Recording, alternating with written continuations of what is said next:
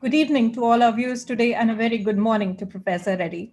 Welcome everybody to our first lecture of the Centenary Lecture Series from Punjab Engineering College, fondly known as PEC. I'm Divya Bansal, currently the Dean of Alumni and International Relations and also Professor of Computer Science at PEC. As Punjab Engineering will be marking its 100-year milestone in 2021 with a grandeur and glory, we celebrated our 99th Foundation Day on November 9th this year. The most important activity in this year is the PEC Centenary Lecture Series, where we bring before you the most famous world personalities with the inspiring stories from across various fields by truly transforming the world. Centenary Lecture Series will embark upon the journeys of the world famous and inspirational personalities and also include eminent scientists, Nobel laureates, eminent sportsperson, iconic businessmen and women, and entrepreneurs, writers, artists, humanitarians, and many more. To celebrate our National Education Day, we proudly announce the inaugural of the Centenary Lecture Series today. The speaker of our first lecture is Professor Raj Reddy for Carnegie Mellon University. I'm very pleased to welcome Professor Raj Reddy, who is the University Professor of Computer Science and Robotics and Moza bint Nasser Chair at Carnegie Mellon University. Before we move on, I would also like to acknowledge the presence of Professor Dheeraj Sanghi, Director, Punjab Engineering College, and our own alum, Sajal Sehgal. Professor Dheeraj Sanghi is the Director of Punjab Engineering College and widely known to be an institute builder and is also a professor in computer science at IIT Kanpur, while Sajal has graduated from PEC in electrical engineering in the year 2005 and then went for Young India Fellowship at Ashoka University and currently is also the program manager at China India Foundation, where he's spearheading creation of China studies as an academic discipline in India. I would also like to acknowledge the presence of Professor P.J. Narayanan, the director, IIIT Hyderabad. Professor Dheeraj Sanghi and Sajal will be the host of today's session, and I would now request Professor Sanghi to formally welcome Professor Raj Reddy. Over to you, Professor Sanghi. Thank you, Divya. And it's really a great pleasure to host the first lecture by Professor Raj Reddy. Before I introduce him and invite him to speak, let me point out that today is the National Education Day. It is celebrated on the birthday of Maulana Abul Kalam Azad, who served as the first education minister of independent India from 1947 to 1958. It is befitting the occasion that such an eminent educationist is speaking on a topic of education policy and its implementation in the post-COVID era. Raj Reddy is a university professor of computer science and robotics and Moza bint Nasser Chair in the School of Computer Science at Carnegie Mellon University, where he has served as the founding director of the Robotics Institute and as the Dean of the School of Computer Science. He served as co-chair of President's Information Technology Advisory Committee and has been awarded 11 honorary doctorates from around the world. Dr. Reddy is the recipient of the Legion of Honor, Padma Bhushan, Honda Prize, Vannevar Bush Award, and the 1994 Turing Award jointly with Edward Feigenbaum, for pioneering the design and construction of large-scale AI systems, demonstrating the practical importance and potential commercial impact of AI technology. He is a great visionary and has been instrumental in helping to create Rajiv Gandhi University of Knowledge Technologies in Andhra Pradesh to cater to the educational needs of the low-income gifted rural youth. He is chairman of IIIT Hyderabad, which has today become one of the finest research-based institutions in India. It is now my pleasure and honor to invite Professor Reddy to deliver his address, but just a couple of housekeeping announcements. Professor Reddy has kindly agreed to answer questions at the end of his talk. Please feel free to write questions in the comment section of YouTube. Our student volunteers will pick them up and send them to Sajal, who will be asking those questions on your behalf. Professor Raj Reddy. Thank you, Dr. Dheeraj and Dr. Divya. Good evening, everyone. It's my pleasure and honor to be one of the speakers in the Centenary Lecture Series of Punjab Engineering College. I'm also a graduate from one of the early engineering colleges. Guindy Engineering College just celebrated a couple of years ago their 225th anniversary. It turns out, Guindy Engineering College was started as a surveying school in 1790s to have some technically qualified people from India. And so I was very happy to hear that Punjab Engineering College has already reached 100 years. And I wish Punjab Engineering College and all of you many more hundreds of years of outstanding performance. My talk today is about future of education. It's about anytime, anywhere, anyone education. Many educational issues have been brought into sharp focus as a result of COVID, but the whole problem should be viewed in a historical perspective of information revolutions. The first information revolution was about 60,000 years ago when human brains evolved so that they could store, process, and communicate information across generations. Harari calls this the cognitive revolution. The second information revolution happened about 6,000 years ago when humankind invented writing using symbols and physical media such as clay tablets to remember and communicate information. And the third information revolution happened about 600 years ago when Gutenberg invented the printing press, enabling mass communication of information. And the fourth information revolution happened about 60 years ago with the invention of the digital computer, enabling of processing and searching and findable information, processing of information. The final and the fifth information revolution happened only recently in the last 6 years or so with the advent of unlimited computing, unlimited memory, and unlimited bandwidth to everyone on the planet. This is not quite a reality yet, but I'm assuming that we will be in that kind of situation in the next generation or so that even the poorest people on the planet can have access to unlimited computation, memory, and bandwidth. And so we need to think about education in that context. So in between, of course, we had many revolutions, such as invention of zero by Indian mathematicians that enabled computation and algorithms, mechanization of computation by Babbage using punch cards, and invention of instant global communication using smartphones and networks. So potential access to unlimited computing, memory, and bandwidth promises to transform education as we know it, making it possible for education to be unshackled from every constraint as we know it, permitting education for anyone, anywhere, at any time, on any subject. This is possible. That doesn't mean it will happen immediately, mainly because social systems don't change overnight. It may take a generation, but the idea that any student can decide to study any subject they want is completely unthinkable today, because even in IITs, depending on your rank, you are assigned some subject, even if you don't want to study that subject, right?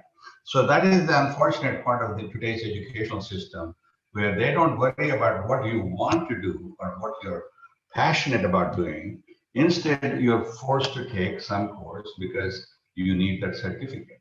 So anytime, anywhere, anyone on any subject I think is already here, can be done. It's a question of time when everyone on the planet can have. So that is the talk today. Let me take a couple of minutes to share the screen and go to the PowerPoint and share and go to, can you all see this? I'm assuming you can all see it. Yes, sir. If not, It's visible. okay, yeah, good.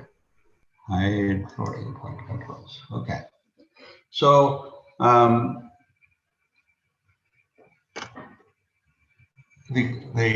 kind of targeting my future of education talk for India, mainly because of we are talking in India, and this is about there's a national education policy that was just announced recently in the last year, and soon after that we had COVID. That meant we had to shut down all the colleges and everyone had to go home. And then we kind of struggled to kind of start remote learning and distance learning and other things. And not everyone was able to or had access to that technology and that, excuse me. Okay, so basically, National Education Policy 2020, I was very impressed. It was a significant improvement over the current situation, status quo. It was an attempt to provide equitable, vibrant knowledge society with quality education for all, and especially with 50% increase in the education budget. All of them may come to pass. With the COVID, the budget, the central government is struggling to meet their obligations.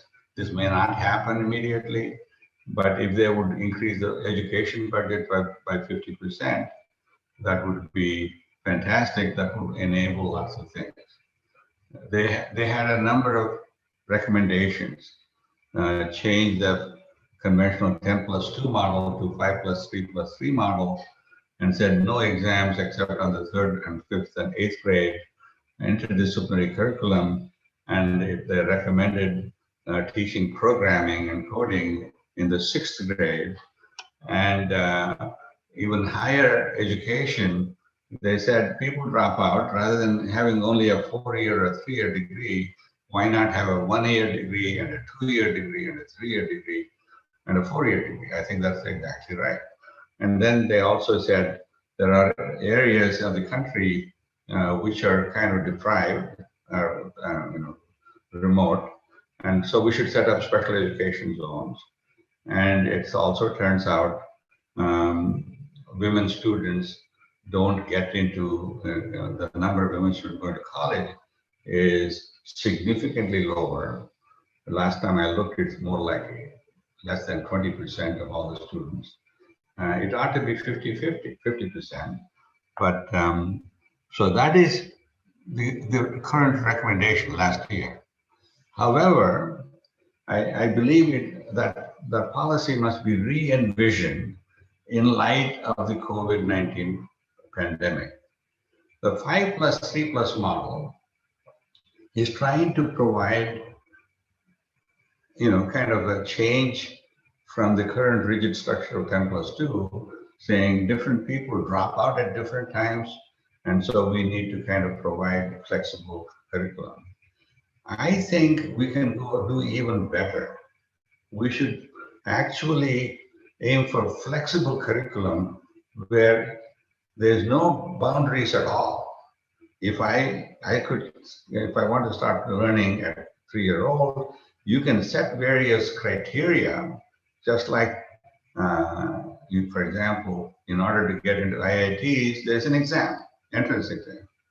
So you should limit yourself into kind of qualification examinations and not worry about whether it's 5+3+3 or some other number.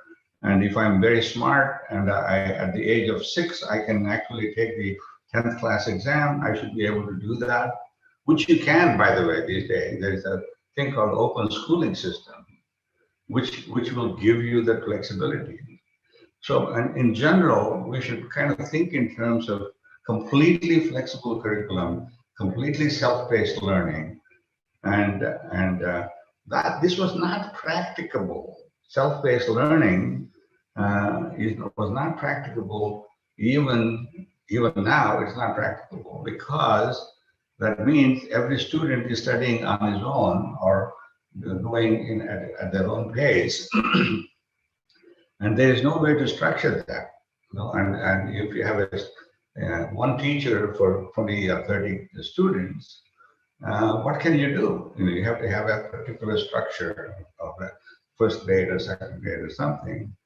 And it turns out, if you go back 50, 100 years ago, most of the country in India, and also there were not many schools. And even in the United States, large parts of the country, there was one school and there was one teacher, and the students were there from first grade or kindergarten to 12th grade. It's called one-room schoolhouse. If you Google it, you'll find all kinds of things about it. So there was one teacher teaching everybody.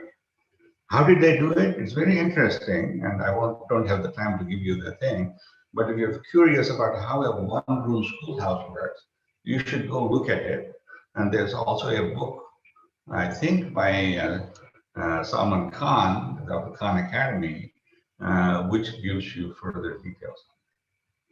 Examinations, again, this idea of we'll have exams at 3rd grade and 5th grade and 8th grade is not really necessary. If you go to Rishi Valley School in near Madanpalli, what they say is, that was started by Jyoti Krishnamurti, philosopher, and what they say is there are no exams up to 10th class. So, you come and study. But it's really not as simple as that. There is a daily exam. Every day, everybody has to do their homework. At the end of the day, each student has a one-on-one meeting with the teacher, and they go through their homework and see all the mistakes they made. They have to go correct them and resubmit. So even though there is no one particular exam, they are learning, and you make sure that they have learned what they're supposed to learn by today, end of today. So it's a different model, and it works very well. But and so the idea of interdisciplinary curriculum again needs to be looked at from a concept of a self-paced curriculum. Depending on, I will want to learn what I want to learn, not what you tell me to learn. And so the idea is people will in fact find the things that they're passionate about. As long as they're passionate about it, they'll learn it. If they're not passionate, they'll just sit there and be bored and be web surfing on their smartphones. So I think the same is true for coding. There's nothing that says it has to start in 6th grade. There are a couple of startups in India, White Hat Junior, which will teach you, how to program at the age, and not at the age of 12, but even at the age of 5 or 6. And there have been examples. There's a very interesting research experiment called X Prize in Learning. Again, I recommend that you Google it, where two groups have been given $10 million prize because they demonstrated the following capability.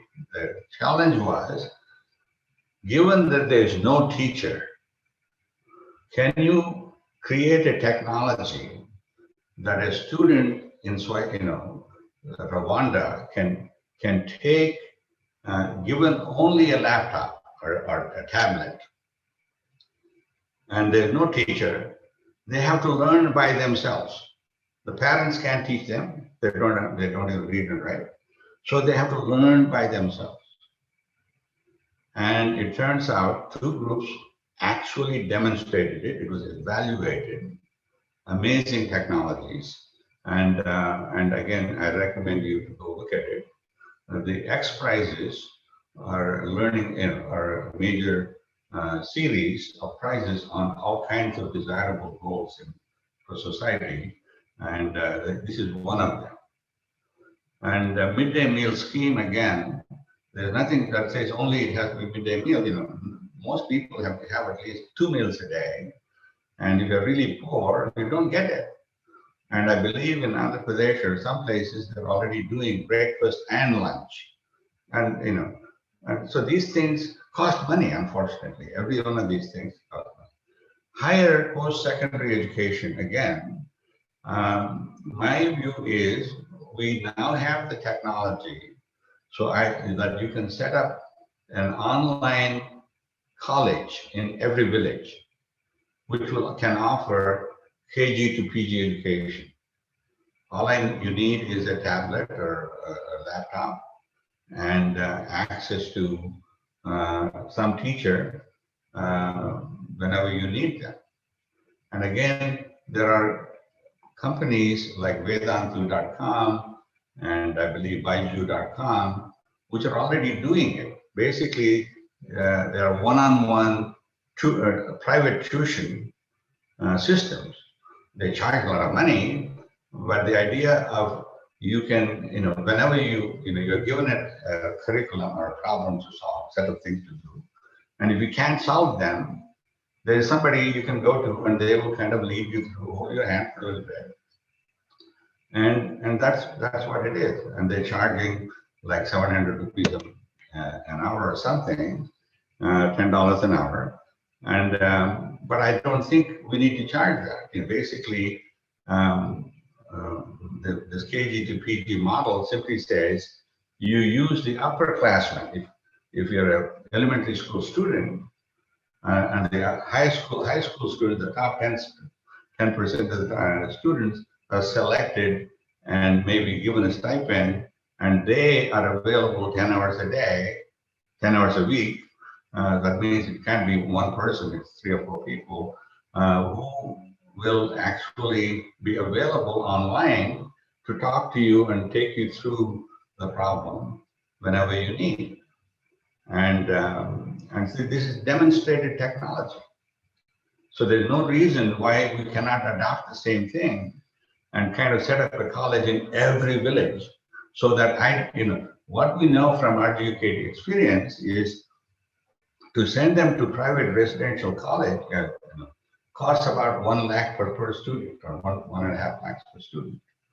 However, if I don't have to go, I stay in my village and simply I have a laptop and may go into a small school and learning by myself with Wi-Fi connection. And anytime I have a question, I can go into a breakout room like we're doing in this Zoom call here and talk to someone. They may not be available instantaneously, but they will be available, statistically speaking, in matters of minutes.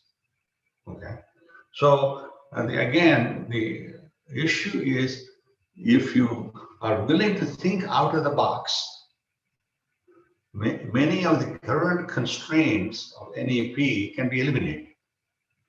I'm not saying they're not good, they're actually much better than what we have, but you can even go further, go out of the thing.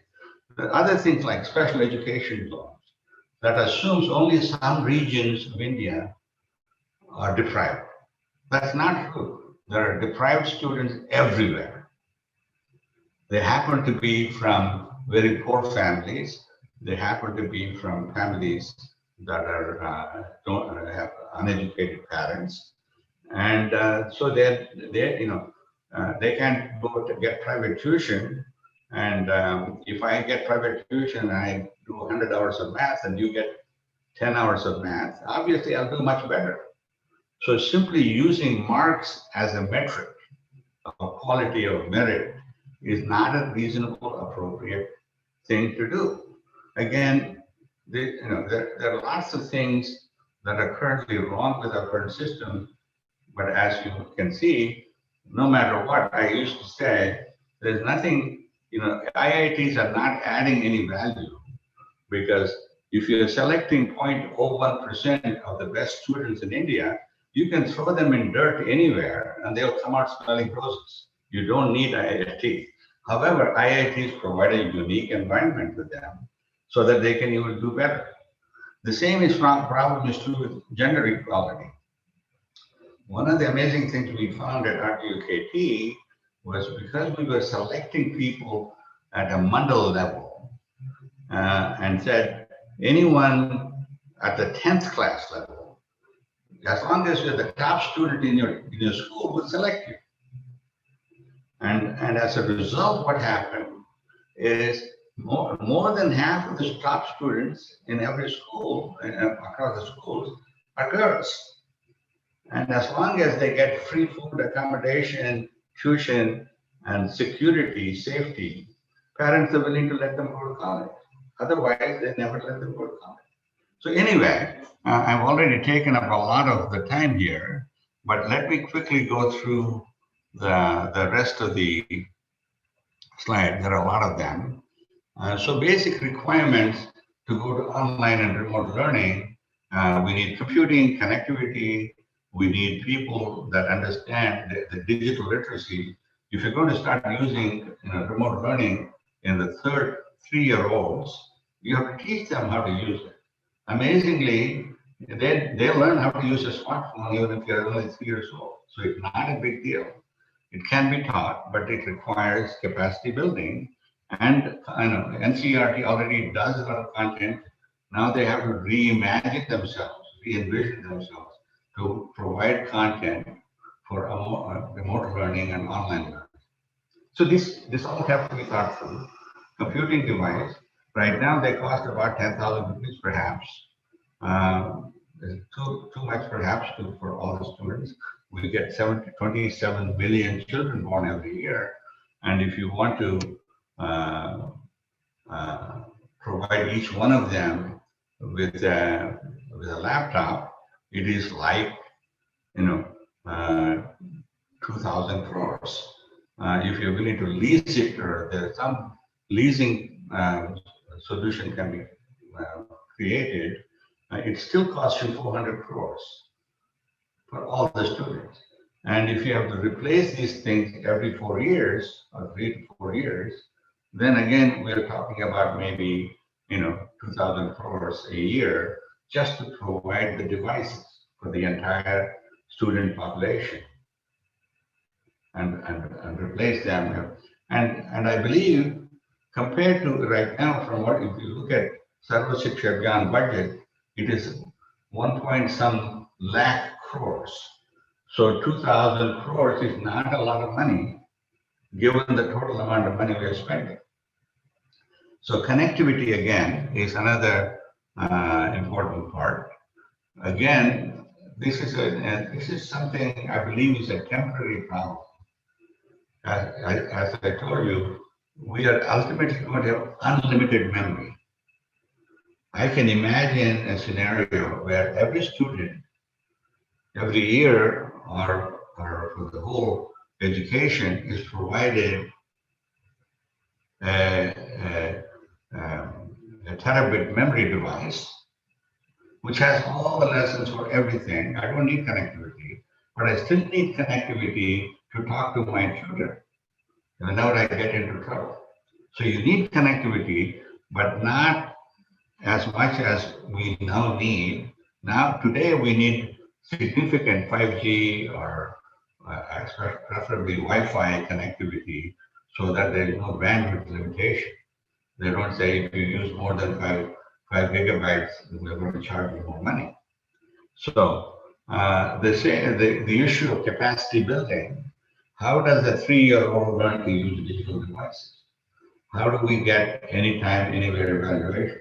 So the issue, for example, we conduct exams at a particular time every year, right? Once a year. There's nothing that says it has to be conducted once a year. It doesn't even have to be once every 3 months or 1 month. It can be conducted instantaneously with the technology that we have anytime. Why? Because it turns out that exams are created, have to be created and evaluated. If I have a technology where I can dynamically in real time produce a question paper for you, if there are even exams taking 3 or 4 people, there's nobody ever copying, because every student gets a different exam paper. How does it happen? Because there's a question bank, which is what everybody uses even now. there's a question bank of thousands of questions, and then you pick 10 of those things, and then they make that the exam paper. I can do that now for every student on a personalized basis. That's what we need to kind of aim for. And the same evaluation, once you answer it, evaluation can be done automatically. Not always. If I ask you to write an English essay or a Hindi essay, it has to be evaluated. There are technologies that evaluate it, but they're not perfect. But so we end up paying someone. We're talking about one-on-one education or one-on-one teachers. So evaluation of your paper should not be a big deal. And then the biggest problem we'll face is we have a very large population of qualified teachers. Right now, they do not have the same skill sets for digital, online, remote learning access, and also skill set to be a one-on-one tutor online. And so this requires some thinking and evaluation. And then there's a whole set of things like National Curriculum Framework and so on. There are a number of pros and cons. The biggest problems are face-to-face contact, social interaction, and the people don't do well with remote learning because if I don't have a particular time, you procrastinate. And on the other hand, online learning enables personalized learning, move from fixed curriculum to elective curriculum. There's nothing that says courses have to be exactly a semester length. Absolutely nothing. We can have one-day courses and one-week courses and one-month courses, depending on the subject of interest and the level at which you are going to study. It may be, if you're a mechanical engineering student, you still need to know computer science, but you're not going to become a programmer for life. You need to use it in your mechanical engineering. So you don't need 4 years of computer science education. You need to take 2 or 3 courses so that you can actually effectively use it. Right? So the other thing is, right now we say if you get 35% or 50%, you pass the exam. What you're saying is, I'll define a curriculum. You don't have to know all that subject. If you know 50%, will pass you. That means here are a group of graduates who only know 50% of the subject. Then why not make it the curriculum 50% and say you have to know 100% of the subject? That's what is called mastery education. Everyone must get an A. Until you get an A, you can't go to the next subject. Okay. These kinds of things become possible with the kind of a computer-based online education that was not possible before. Mastery education. The same thing, KG to pre-education, universal access. I will expand it. Curriculum. So basically, one of the things we haven't been teaching, which is missing from the current education system, is learning to learn. Today, when I have a need, I don't go to a class. In fact, most of us, after we graduate at the age of 21, for the rest of our life, we have no teacher. Every time we have a problem, we have to figure out, we go ask someone or read some book or something, and we learn by ourselves, learning without a teacher, like Ekadam. So the idea is there is a skill that has to be taught on how to learn a new subject. Everything that you may need to know is already there on the web. Wikipedia is a good starting point. But if you don't teach those skills, then you can maybe acquire it, willy-nilly, but that's not the same. Especially if you're going to drop out after the primary school, after the 5th grade, they are the ones they absolutely need because they don't know a lot of things because they haven't gone through the rest of the school. And at the 5th grade level, if at least they know how to learn, and learn to think and learn to live, like have some job-oriented education, then they will be better prepared for life. And the same is true. There are lots of soft skills everyone needs: communication skills, presentation skills, stress management, time management, anger management, all kinds of things that can be taught in a one-day course or a one-week course. I would much rather take away, 50 days in a year and teach them these basic soft skills that every person should have. But we don't teach them, and that's the problem. And the same is true with respect to expanded curriculum. We can teach all kinds of things. And there has been a major experiment in MOOC courses. If you look at the web, there's edX, which is MIT and other university consortium, which have free courses on every subject. Everything that they teach, they put on the web. And you can take them. You can even get a certification on them, for which you may have to pay. But what happened was, 100,000 people would sign up for a course, and after 2 or 3 weeks, only 10,000 would stay. Out of the 10,000, maybe only 2,000 would actually complete. Why? Because these massive open online courses are completely unstructured, and there's no compulsion, and you're left to your own. You must be a highly motivated student who doesn't want to play games and who want to have a good time, all kinds of things, or go see a movie, to be able to kind of complete these courses, even though they're free. But so what we're saying is, you need structure. You need to have the same classroom structure, and you need the Zoom enabled thing. You need attendance monitoring. You need attention monitoring. You need problem solving ability, activity monitoring, and it can be done. And I'll just show you some examples of that. And this business of one size fits all education, where somebody magically defines what the curriculum is for first grade, 10th grade, 11th grade, and first year, whatever, and everybody is supposed to know that. Why? There is no such thing as same education for everyone.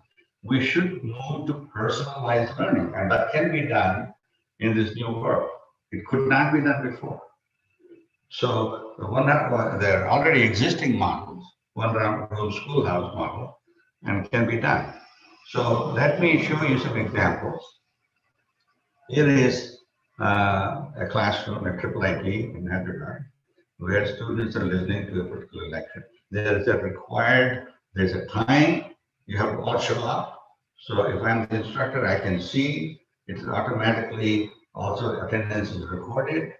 And then everything I do is being monitored. Mouse clicks and keystrokes. There's a complete timestamped record of everything I'm doing.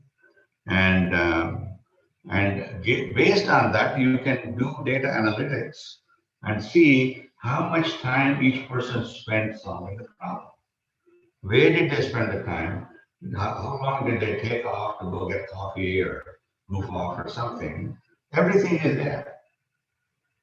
And if you are prone to copying, there's software these days where any copying even can be automatically detected. Most copying, 99%.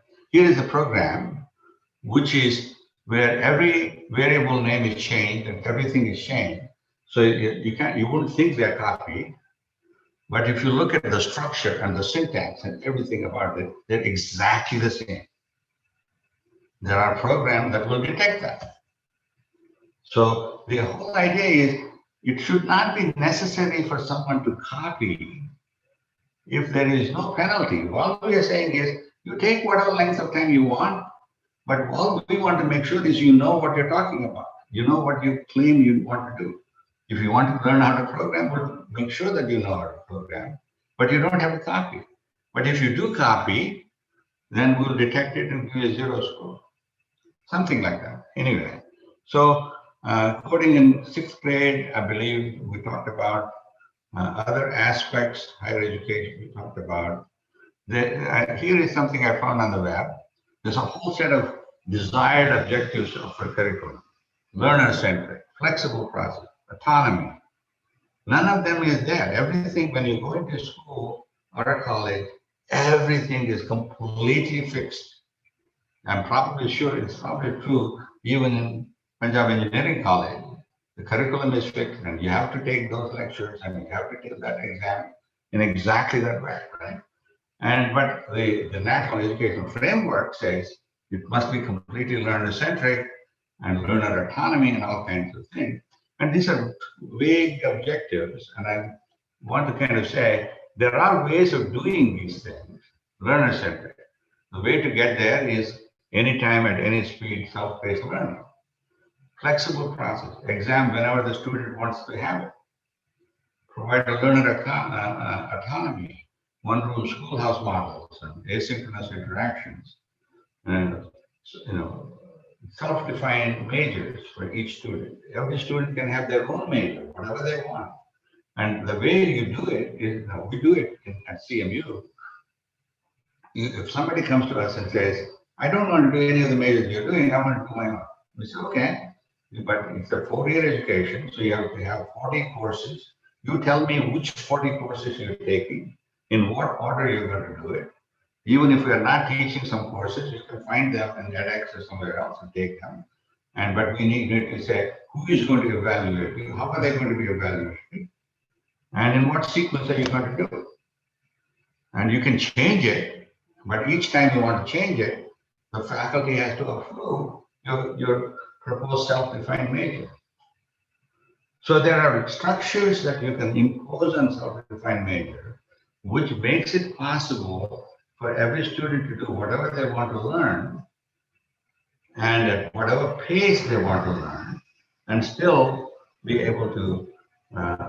So there are other things here. I won't go into it, divergent exposures and multi-books. There's one great course at the University of Chicago called the Great Books Course. It's amazing that everyone should read these 30 or 40 books. It's also available from the teaching company. There's online things you can buy these books, the Great Books course. It's not very expensive, and you can put it on your thing. I think one of the things that happens is most engineering students, IIT students, probably your university too, different. What happens is they're being highly focused. They take these entrance exams in the JEE exams, and then they come to your college, and they've not had anything other than math, physics, and chemistry, and no literature, no communication skills, no nothing else. And then when you go in, so for example, when at CMU, we get students from IITs and say, how many Shakespeare plays have you seen? Have you read one play? 0. No one has read any classic books. No one has seen anything. And then you say, do you want to go to MoMA? It's a classic example. They say, what is MoMA? MoMA? It is Museum of Modern Art. And they say, why should I go there? I don't have anything to do with it. So this kind of thing, there is a whole set of things that are missing in our education and culture and the way we educate people. That can be significantly improved. Okay. Anyway, with that, I want to come to conclusions. I think in the post-COVID era, we need to change national education policy. We don't have to. What we have, what is there is good enough. We can continue for another 50 years. Sooner or later, we have to pay attention to the details. The teacher education must be digitalized. Namely, all of them must understand how to use technology in education. If they're not comfortable, nothing will happen. They won't be able to teach. They will teach it the same old way. Every time there's a problem, they'll go right on the board. And that's not the way it's going to happen in the future. And open school model, attendance and fixed exams can transition to. Basically, what I'm saying is we can have anytime, anywhere, anyone on any subject education. But it requires some thinking and planning, and it is not, rocket science to plan it. But I think we can even think about online college in every village, where the local people act, who have already taken the same courses, act as teaching assistants. And if they can't answer them, then there are experts online who can be called upon to provide further handholding. Thank you very much, and that's my talk. Professor Reddy, I must say that I'm mesmerized by all the information that you've shared today. Reading the NUP is one thing, but getting to hear thoughts of someone of the likes of you, who's experienced educational ecosystems across the world, really riveting. And I've personally learned a lot. Thank you so much for your time and energy on walking us through the NUP once again, and especially with the lens of COVID. And with that, there have been some wonderful questions coming in from the audience today. The first question that I would want to ask Professor Reddy is, the national education policy currently states that by 2035, we should aim at having a gross enrollment ratio of 50%. Currently, the number is around 26%. And by the brick and mortar format, some reports said that would mean creation of one university every week to reach that number. Now, with the onset of COVID, I mean, it's also a blessing in disguise, because now we can actually move online. So with that perspective, and also given the constraints of the digital divide that we're living in, with only 50% of people having access to internet, how should the policymakers and also the education in charge associates of the country focus on moving from the 26% GER to 50% GER in today's world and age? Yeah. There are a whole series of intermediate steps that you can think of. I tend to be at the extreme, mainly because I see what can be done and I feel disappointed we're not doing it. From my point of view, the idea that there's 30% or 50%, some number of universities and some number, I think we should aim for 100%. And everybody should be able to get any education they want. That's why this KG to PG, I can get a PhD without leaving my village. What does that mean? First of all, I must have pre-qualified for it, and I should register for it. And there must be people I can reach out to globally, not even nationally, who know that subject. So the issue of what are the subjects, and it turns out the number of subjects that we need to have skill sets. At one point I went and looked at the Manhattan Yellow Pages. There are about 900 different professions, starting from air conditioning repair to abacus to something else and so on. And so depending on what I want to do, I should be able to get education in that subject. And if I need to have a PhD level education in diamond appreciation, it's not just all I'm going to do is buy some diamonds. I only need 1 day course on diamonds. But if I'm going to be a PhD in diamonds, there's a whole curriculum I have to have. And that requires for me to have the access to the curriculum and courses and someone to talk to who can guide me. And if I want to do research in how to produce artificial diamonds and get a PhD, I should be able to do that.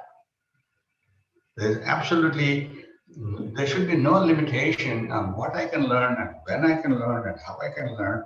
It may be because of my financial situation, I can't aspire to go to college till I'm 50 or 60. I have a job and I need to work.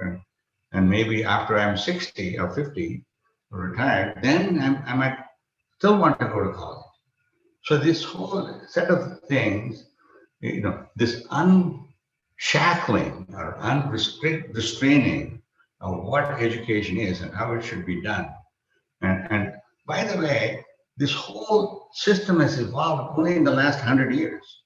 If you go back and look at what education used to be in 1900 in India and maybe in 1800 in other countries, even universities like Oxford and Cambridge only evolved about 600 years ago. Harvard was only started 300 years ago. Princeton started 300. So even then, just like I was saying, the Guindy Engineering College got started because all that they were teaching was surveying. And another 100 years later, they added a few more subjects. So the issue of what these subjects are and what these universities are all kind of recent creations in the last 100 years. So if you go back and look at the 60,000-year perspective on knowledge and how we communicate and how we learn what we do, there are all kinds of things that will happen in the future. And we should not be constrained by the current thinking, whatever it is. Okay. Got it. Thank you so much. Again, I think that's a wonderful opinion. Again, that's what I think personally. Another question that's coming from Mr. Ashok Chopra. He is saying that, with the whole no testing model, the Delhi government really tried implementing that in schools. And as per some reports, what happened was that there were reports of students and also the teachers slacking off, and there being an impact on the overall performance and the quality of learning on the students. And with the current ecosystem that we have, 70% of India's students in grade 5 are not able to read grade 2 text. How should, in the Indian ecosystem where we have about 15 lakh schools, do we go about balancing, creating a checks and balance where we say, you know what, we aspire to really not test people in a traditional format, but with the scale that we are operating at, there are some checks and balances which are needed to sort of make it balanced and also something which is accessible to everyone and does something at a mass scale. So would love to know your opinion on this specific element. No, I think basically this is all consequence of 50% or 35% pass mark limit. What you're saying is you can go into the 2nd grade or 5th grade. You don't have to know everything. You don't have to know how to read. Even if you don't know how to read, it's okay. We'll pass you to the next grade as long as you get 35% or 50%. So the mastery education simply says you must get an A or 90% or 90+%. And the way, until you do that, you cannot proceed to the next subject. However, I can be studying multiple subjects and I can choose when to take the exam. And only after I complete that exam, then I go to the next level. If there are several subjects, everybody needs to know how to read, write, do arithmetic, and digital literacy, say, those 4 subjects. You can take all of them in parallel, but until you pass reading or writing in local language, you should not insist reading in English or Hindi or whatever. And after you have done it, then you have to insist on writing. Can you write in the language? Can you write an essay or can you write a letter? And then there's the whole issue, like if you take TOEFL exam, there's the whole issue of reading and listening, basic skills in language. Then writing and speaking is more advanced skills in language. So when somebody says you should know a local language or 3 languages or something, for each one, those skills must be defined. And you should, until you finish, you can read something, you shouldn't have to listen to something. Maybe you should listen and then read, okay? You don't have to know. You can listen, especially your local language. But writing and speaking are equally interesting. most people may know French, may even know how to read in English or French or something, but they can't speak, right? And that's a skill you have to acquire. And that can be level 4 in language. Until I can write a letter to someone about, say, requesting something in English, I should not be passed to go on to some other language or something.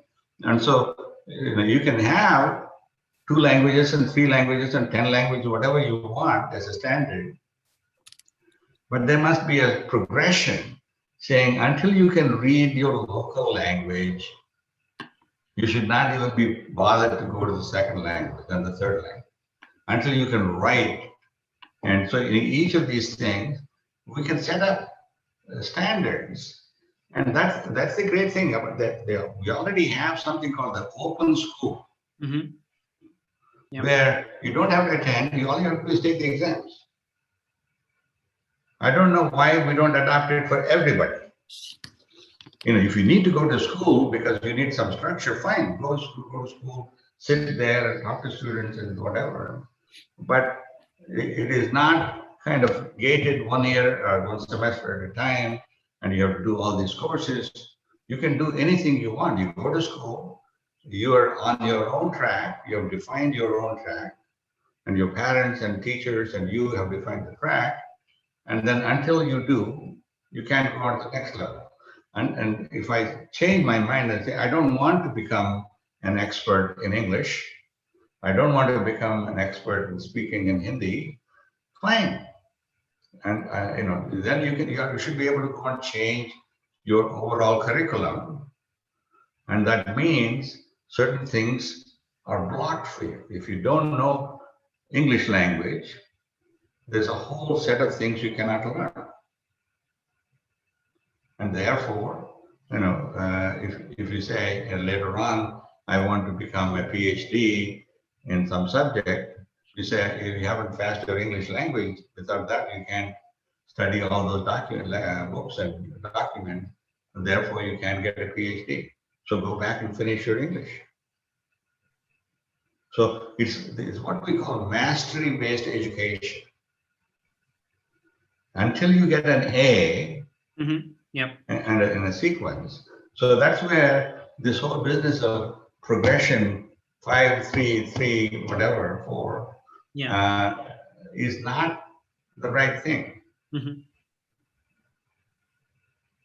Got it. Okay. Thank you. There's another question that's coming from Amrit Preet Singh, who is a student of Punjab Engineering College from 2021 batch, computer science. I'm just going to add some layers to his question as well. China currently in 2017 published a report on wanting to be a superpower in leveraging artificial intelligence. And that is a huge focus on, leveraging artificial intelligence, both in making education personalized and also education about artificial intelligence, where they want to be world leaders by 2030. In the NEP, we do have some mentions of personalized learnings, but do you think that there could be a larger focus or a specific policy which focuses on artificial intelligence and technology when it comes to curriculum building or even education in India? And we need a specific policy. And Amrit's question also is that simultaneously, do we also need to create a national policy to protect ourselves against the potential harms of AI, both in education and otherwise? So there are 3 questions there. One is personalized education. Second is, should we compete with China on AI? And third is the ethics of AI. Okay. Let me start with the back because I keep forgetting all these questions. If I forget, you can repeat the question. Sure. The ethics of AI is very clear. Namely, there are people that say computers will take over the world and robots will make us slaves. And I think they're completely not going to happen. It is basically, like I said, I've been in this field for 60 years at the beginning, and none of us ever talked about replacing humans. The phrase we use is intelligence amplifier. The idea that computers would act as a enhancement of mental capabilities. One of the things that engineering does is it enhances our physical capability. We can go faster, than we can walk, by car or plane or whatever, and we can, cross the oceans without having to, be able to swim like a fish, or all kinds of things. Engineering, every discipline in engineering does that. And computer science and AI plays the same role with the mental capabilities. Anytime you use your brain for anything, the computer can actually help you to do it better. And the purpose of AI is to develop solutions that will enhance your capabilities, act as an intelligence amplifier, so that each of us can do things faster, better, cheaper than we can currently do. And there's nothing there that says it's going to replace human beings. There are people that say, yes, you can lose a job because a computer can do it. And that will happen in some cases. Just like in Industrial Revolution, a lot of people were unemployed, that were working in spinning mills and all kinds of things. Suddenly they didn't have a job. But society has found ways over the long run to deal with that. The question there is not replacing human beings. Mm-hmm. It is mainly making human beings more efficient, more effective, and more capable. And in that context, we can essentially agree that we have to agree that if society causes individual any harm of losing a job, it is the responsibility of society to take care of them. For example, the country announced a lockdown, I think in end of February or March, right? Suddenly one day they announced everything is stopped. No cars, no planes, no nothing. You can't even go to work, right? And people like you and me, I was not at all impacted. I'm a knowledge worker. I use computers all the time. But if you're a day laborer working in Polar project on some contractor, and the guy lays you off and says, "I'm sorry, I can't pay you. There's no job today. Go away."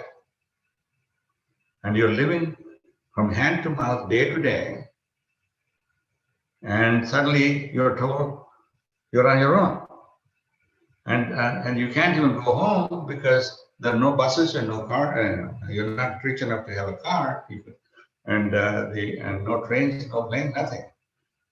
And as a result, I have to walk 1,000 miles, 2,000 miles, and along the way, I'm hungry. I don't have any money. It was disaster.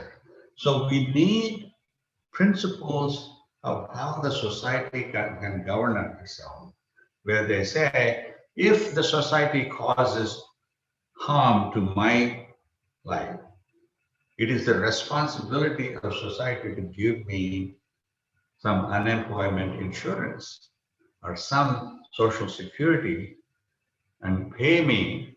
And that means in the future, for COVID-like thing, there must be laws in place saying when COVID shutdown happens, you cannot lay down the people.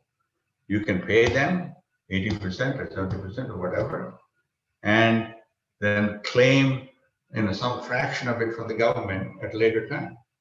So it is the responsibility of the employer at each time to take care of the employees. Now, this sounds like socialism and so on. It's not. If I'm having a regular job, this is why Trump got elected. Basically, a lot of people said, I had my job, working in a car factory, and you guys come and pass this NAFTA, this, that, and the other, globalization. All the jobs have gone to Mexico and Canada. Now I am unemployed. They said, no, we are going to give you 1 year of unemployment insurance, and then we will educate you. said, look, I'm 55 years old. I don't want to be educated. You caused this problem, you fix it. And so I'm very unhappy about the way that I've been treated. So this happens. Society, we all, there are unintended consequences of policy decisions that people make, government makes, that ultimately impact individuals.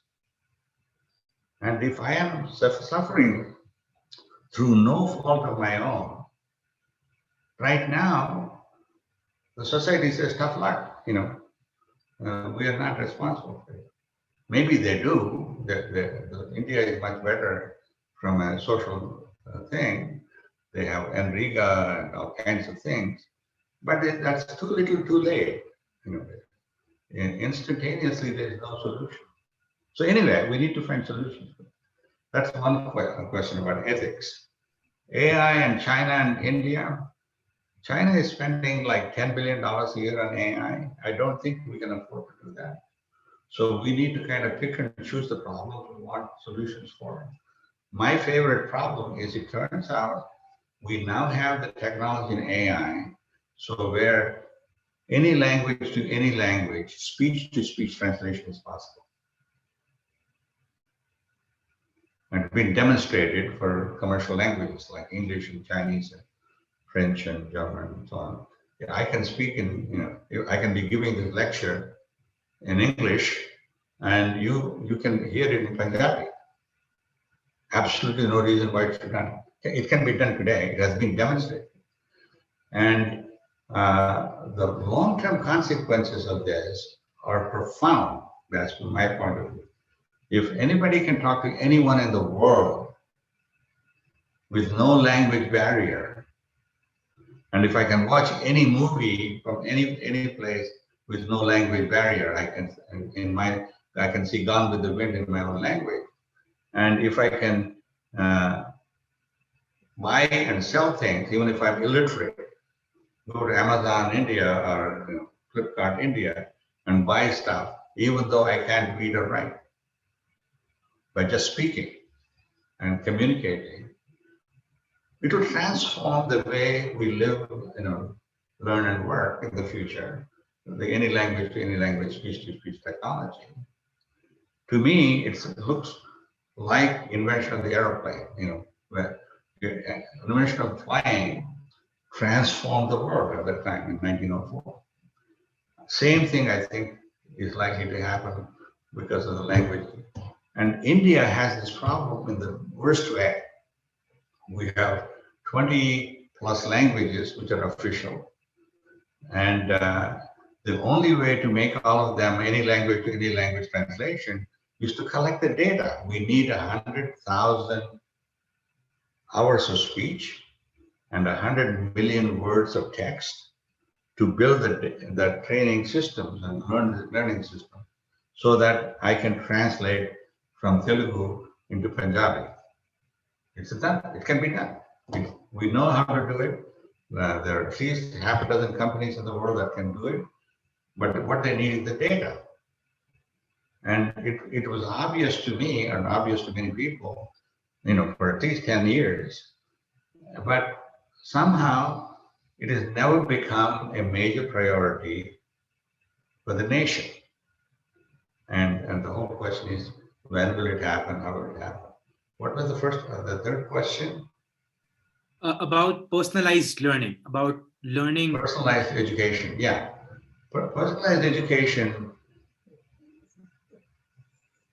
can use AI in a significant way, but you can do personalized education even without it. If you assume there is another human being at the other end of my line on the phone, like you and me, I don't need AI because I got real intelligence. It's true, artificial intelligence. It can be done, but personalized education, it becomes easier because, as I showed you, I can monitor exactly what the student is doing, where they're struggling, where they're goofing off, how well they're doing. All of those things can be done. And so AI will certainly help. It's like anything else. If I have an app that will enhance my mental capabilities, I can do certain things. Even otherwise, I'm okay. I can survive. Got it. Thank you. AI is not a prerequisite. Fair enough. Amazing.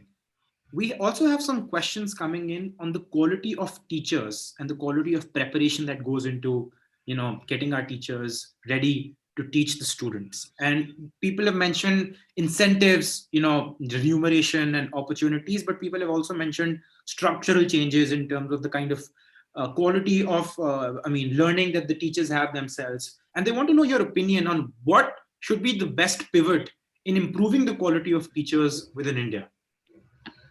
Yeah, basically, skills in a human being, there are some, if you go to your college, forget about the teachers, you have some students who are very smart, many students that are good, and some that are struggling for whatever reason. And what I know is, there's a famous educational professor called Benjamin Bloom, who said, given enough time, I can teach anyone anything, any subject, right? So let us say there are good teachers and not so good teachers. And the not so good teachers are not so good because, for all kinds of reasons, they're not motivated in the subject, but they're required to do it. Or they're not good at communicators. Maybe they should not be in the business of actually communicating by voice. They can probably do a lot of other things. So there's a whole set of options. Rather than saying teachers are good or bad, saying everybody is good at something. Let us find what they're good at and give them that job. And then if somebody, and the way to actually find the best teachers is market driven. That's why I like, White Hat and Baiju and Vedantu.com solutions, where I pay money, I get a private tutor.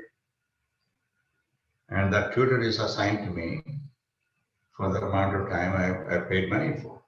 And if I don't like that person, I can go and say, I don't like it, and get somebody else. If I like the teacher, say, I want the same teacher next time, or third time. But because in some subjects, the curriculum is the same, there are probably 100 people currently online that can answer your question. But you might want to say, no, I don't want any of them. I want to wait for my teacher to become available. Well, fine, that's okay. So I think the market will determine, who is a great teacher, and the market will also say, because you're good, some people might get, 1 or 2 lakhs a month as a private tutor, and others may only get 20, 30,000, and the market will determine, how much you get and how good you are. And I think the market-based strategy is the right one. Right now, we don't have that. And we have models in the private sector, the startup companies. One of the things you might ask is, can Punjab Engineering College become a completely, tutor-based system? I don't think so, not yet anyway. You can have a separate subsidiary college, which is based on that, but the main college, social systems don't change very often. You can't, even if you change a little bit, there'll be all kinds of hue and cry saying, and so you have to kind of let things evolve over a period of time.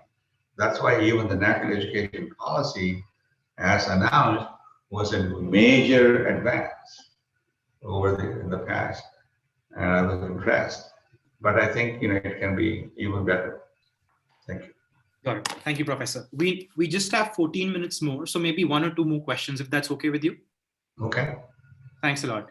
So there's this question which is coming from Prashant and Piyush Sharma, both are alumni of Punjab Engineering College, and their question is around inclusion of ancient Indic knowledge in the curriculum, as well as there being a mandatory, taking up of an Indian language for doctoral candidates within India. So, what are your views on this specific element? A lot of people are saying that this could lead to nationalization, and it limits the kind of education or pedagogy one should aim at.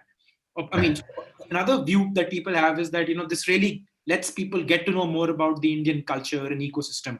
Where does your opinion stand on this specific spectrum? Sure. No, one of the great things about Indian linguistic system is how brilliant our scholars were with the Sanskrit and so on. If you go back 2,000 years, there was no there was no paper. There's no way to communicate. The only way to communicate from one generation to another is by rote. You had to learn all the slokas of Mahabharata or Ramayana, whatever, by rote, and then communicate it, right? And they systematized the grammatical structure and language in the Indic languages.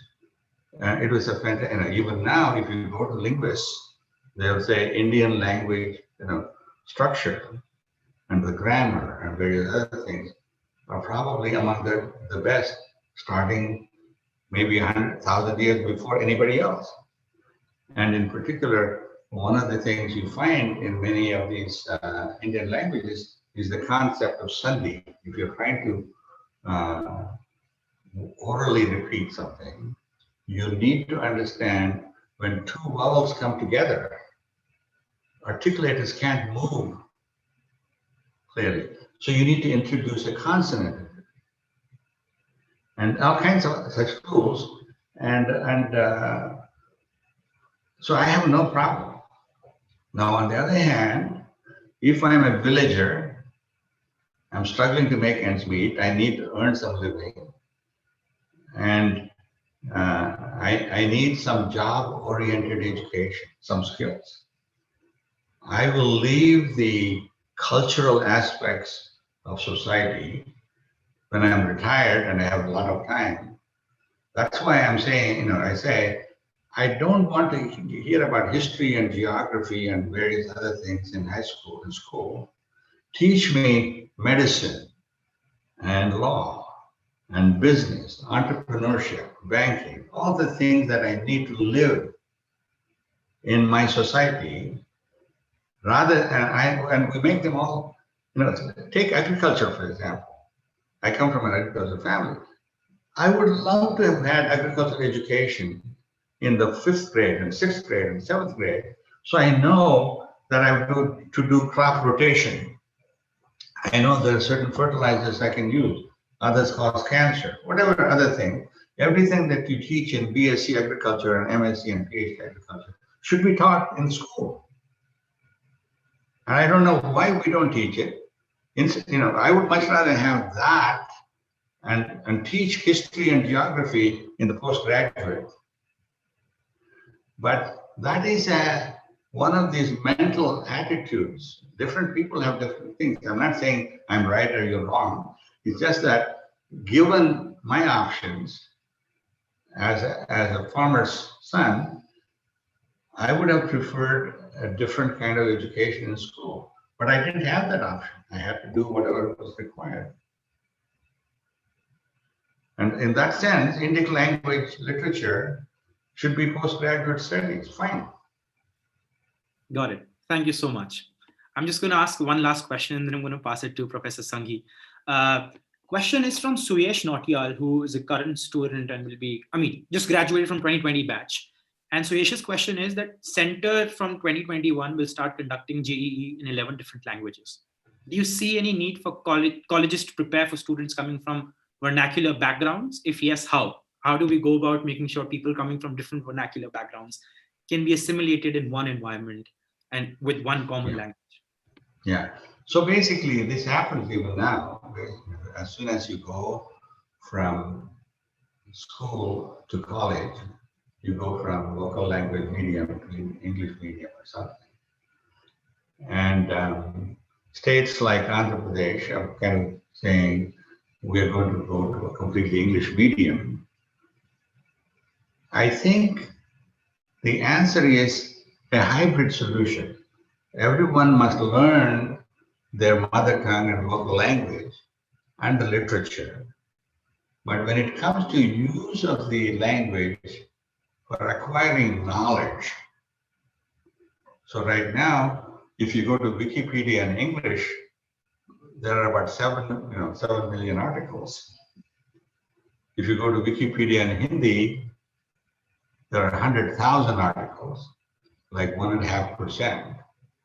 And if you go to Wikipedia in any local languages, like Punjabi or Telugu or something, there may be 70,000, 1% of the articles.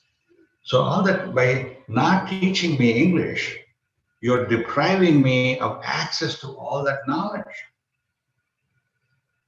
Saying, sorry, you don't need English, you only need local language. Today, in today's world, there's a lot of knowledge available. Anything I want, I can find out. And for that, I need a global language. And the way you demonstrate that global language is reading, listening, speaking, reading and listening and speaking and writing and speaking. And all of that should be taught in the primary school.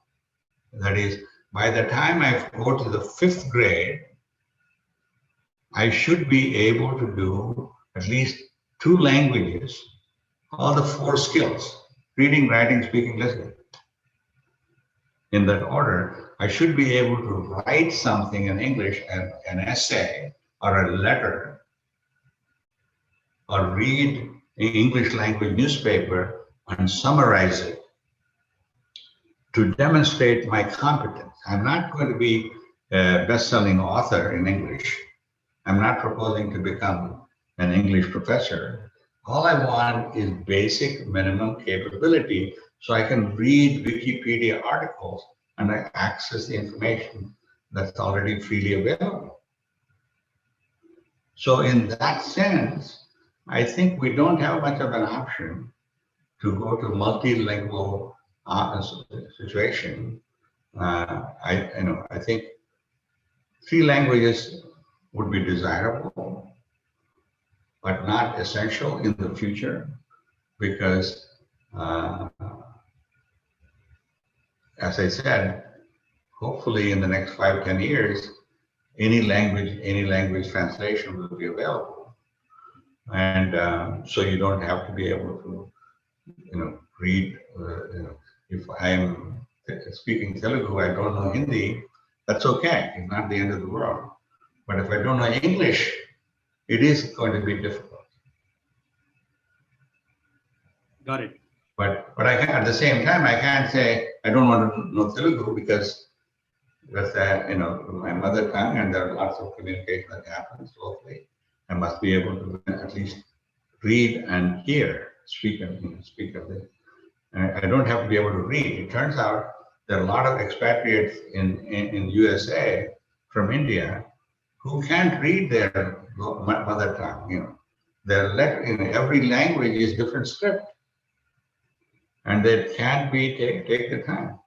And so one of the things I was kind of promoting and with the linguists is we need to have a common transliteration system, because all the Indian languages have the same alphabet, I, E, and whatever.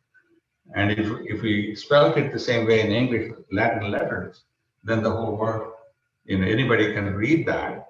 And once you can read it, you know the language because you speak it, you understand it. Okay, thank you very much, and I appreciate it. It's been a pleasure, Professor Reddy. Thank you so much. We've learned a lot. I'm going to pass it to Sangeet. Yes, thank you very much for an absolutely enlightening lecture. I really feel very optimistic about the education and future. I'm sure all of us share your optimism that very soon we'll have unlimited computation, unlimited bandwidth. And I really like the way you presented this, self-paced and the curriculum part, learn to learn, learn to think, learn to live. That was really, beautiful way of putting as to what students should do in the school days. flexibility and autonomy to students, self-paced, even exams can be self-paced. I mean, there are just too many things which we have, which you have learned today, and the way your vision is, the clarity of thought, it's been absolutely amazing. I'm sure all of our students, alumni, and other people would have had a great time listening to you. Thank you very much. Really enjoyed this. Dr. Dheeraj, it's my pleasure. Thank you. So we have come to the end of the closure of a very interesting episode. And to all our viewers, you've heard one of the most unique voices today. Thank you, audience, for being with us. This for sure was a truly inspiring session. And I'm sure we all had our own set of learning from the remarkable journey of Professor Raj Reddy. It was an honor to host him, and I would like to remind the viewers for our next series. Thank you once again, Professor Reddy, and thanks all the viewers, and have a good day. Thank you, Dr. Divya.